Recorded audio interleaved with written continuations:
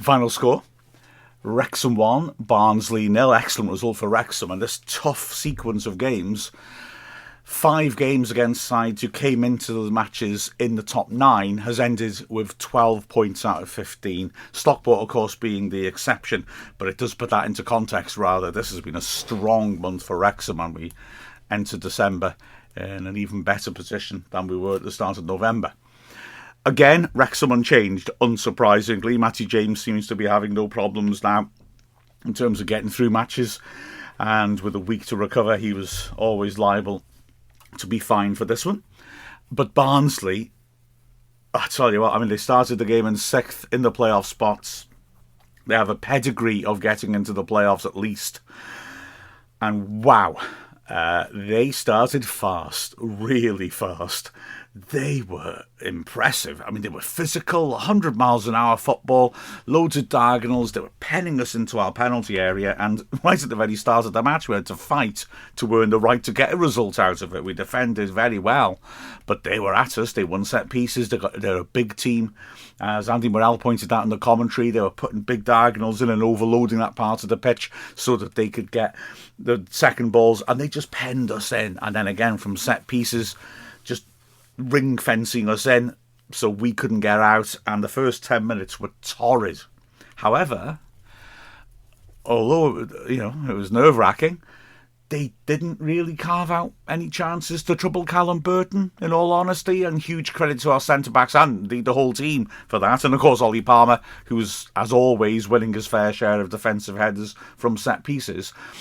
And as again Andy pointed out, the other side of that approach and those overloads is that they maybe leave themselves a bit light on the counter-attack. And when we counter-attacked, we found space and we were looking threatening.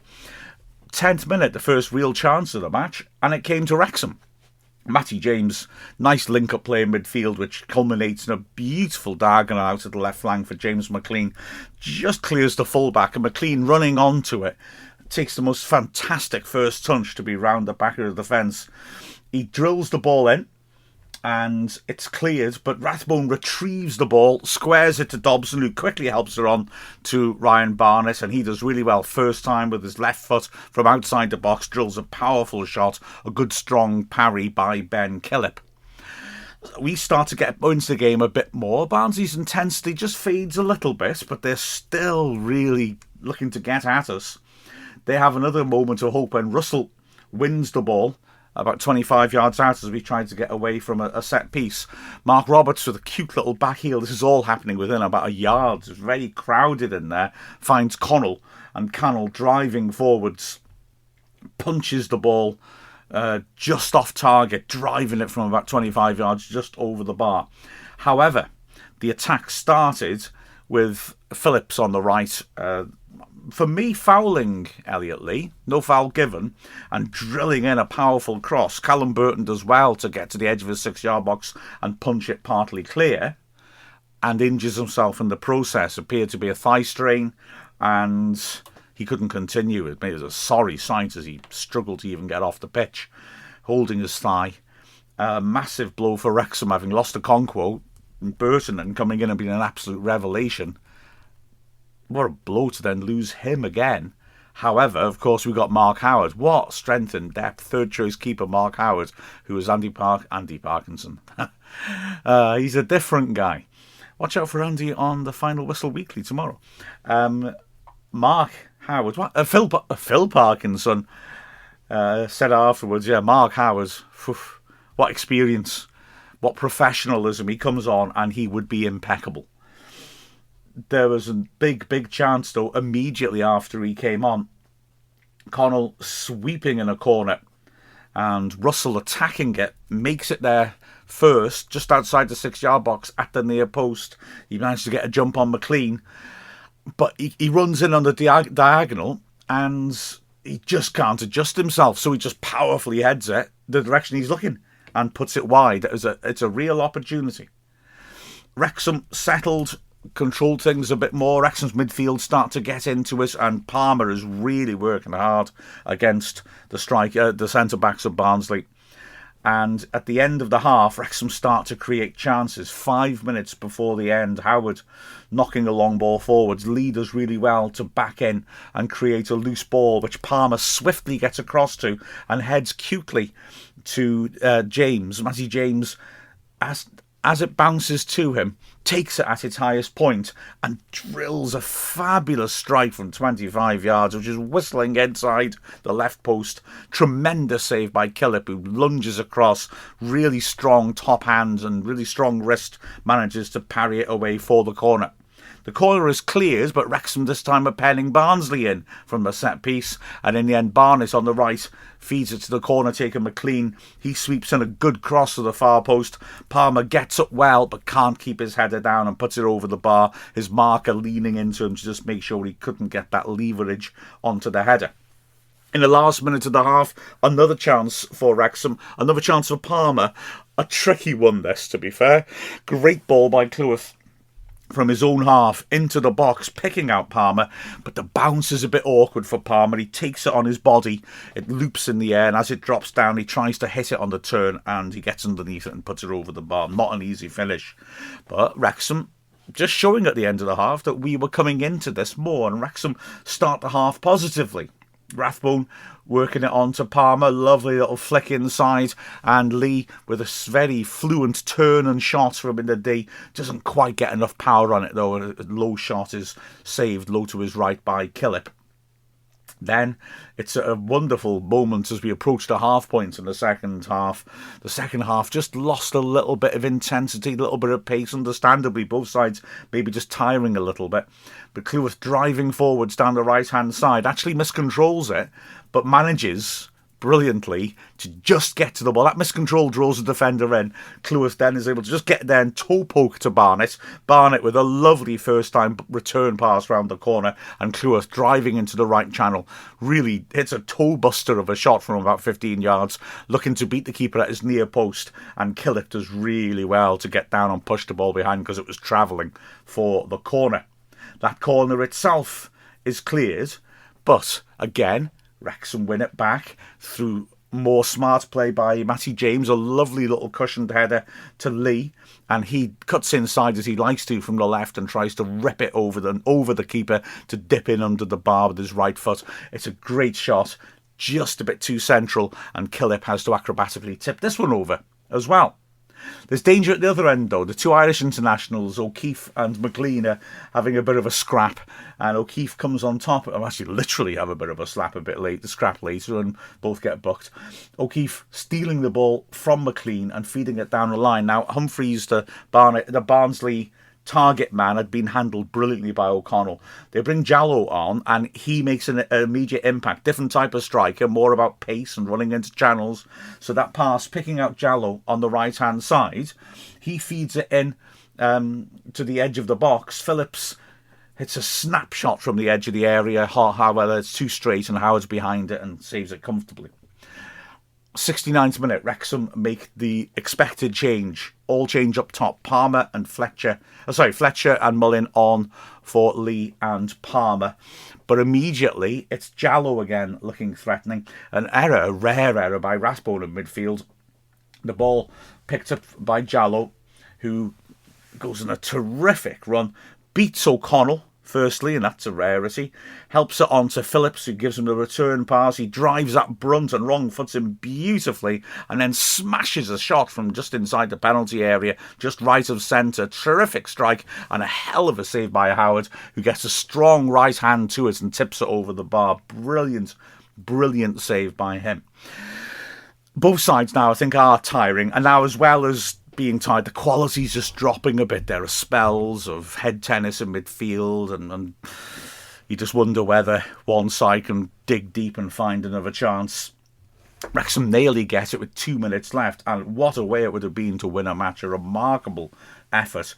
Rathbone on the left, feeding Mullin, who rips the cross into the far post. A defender heads it to the edge of the area where Fletcher, lovely take on his thigh. When there's players around him, the instinct of lesser players is just try and get there, but no, he judges it beautifully, takes it on his thigh, and as it drops, hits a magnificent volley with the outside of his foot, which curls and drops and just misses the top left corner. When you see it on the highlights, it's the one from behind the goal, the second replay, that really is closest to doing it justice. Because it doesn't look so close, but I promise you, we were right behind it. That was very nearly an amazing goal.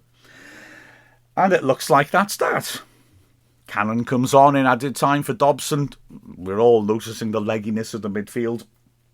But in the 92nd minute, there is the breakthrough. And again, I mean, fair play. Rathbone, full of energy, appropriate that he's not tired and he's the man to provide it. In the commentary, I suggested maybe that Barnsley's midfield looked a little leggy and had backed off him. Certainly Barnsley back off him, but looking at it again, it's a very different matter. O'Connell receives the ball deep in his own half. The substitute striker, Cosgrove, goes to press him, and Barnsley's midfield step goal side of their players on the halfway line. They're perfectly reasonable.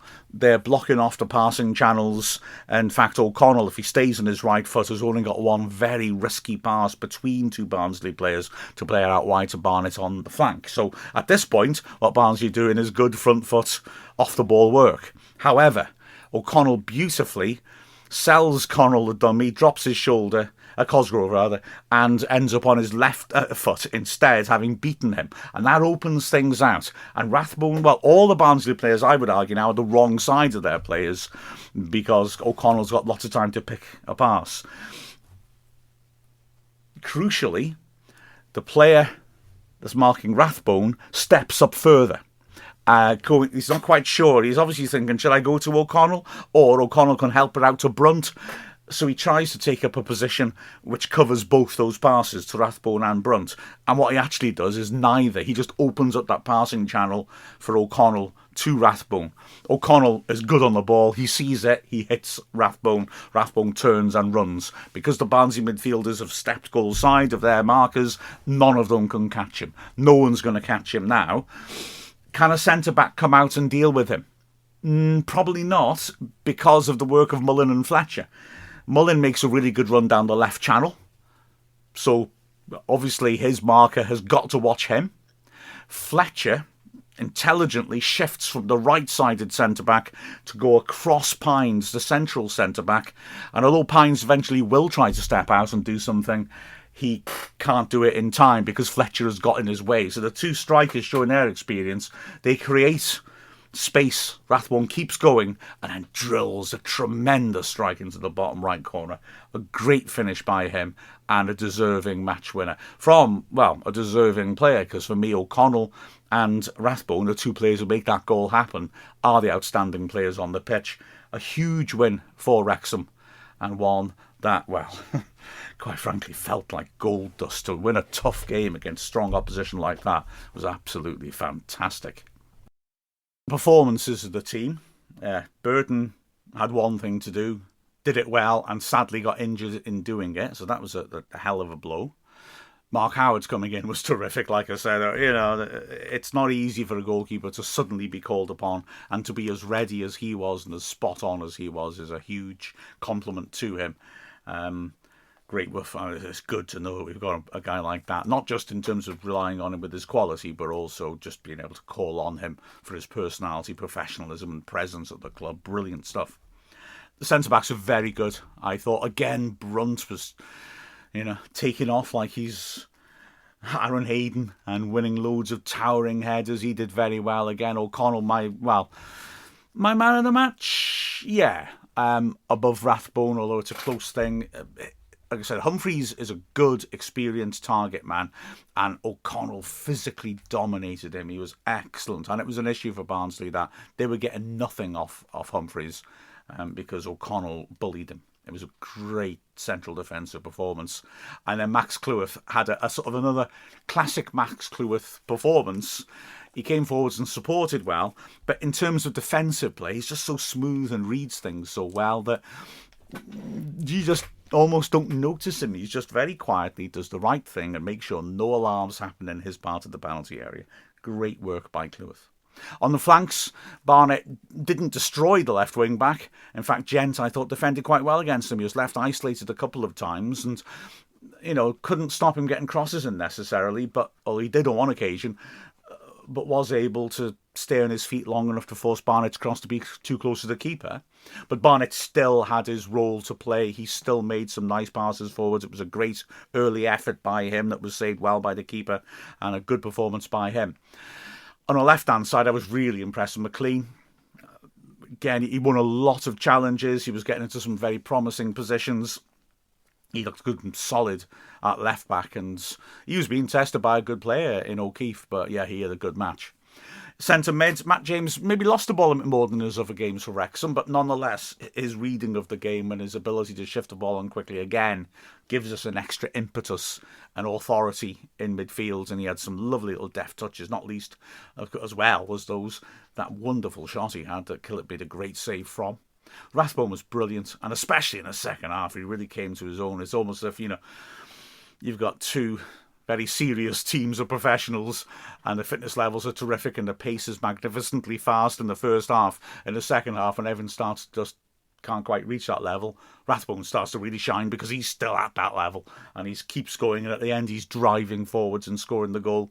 But Rathbone was everywhere, getting little foot in, little touch, little pass to keep a move going. He was absolutely everywhere. He's tireless.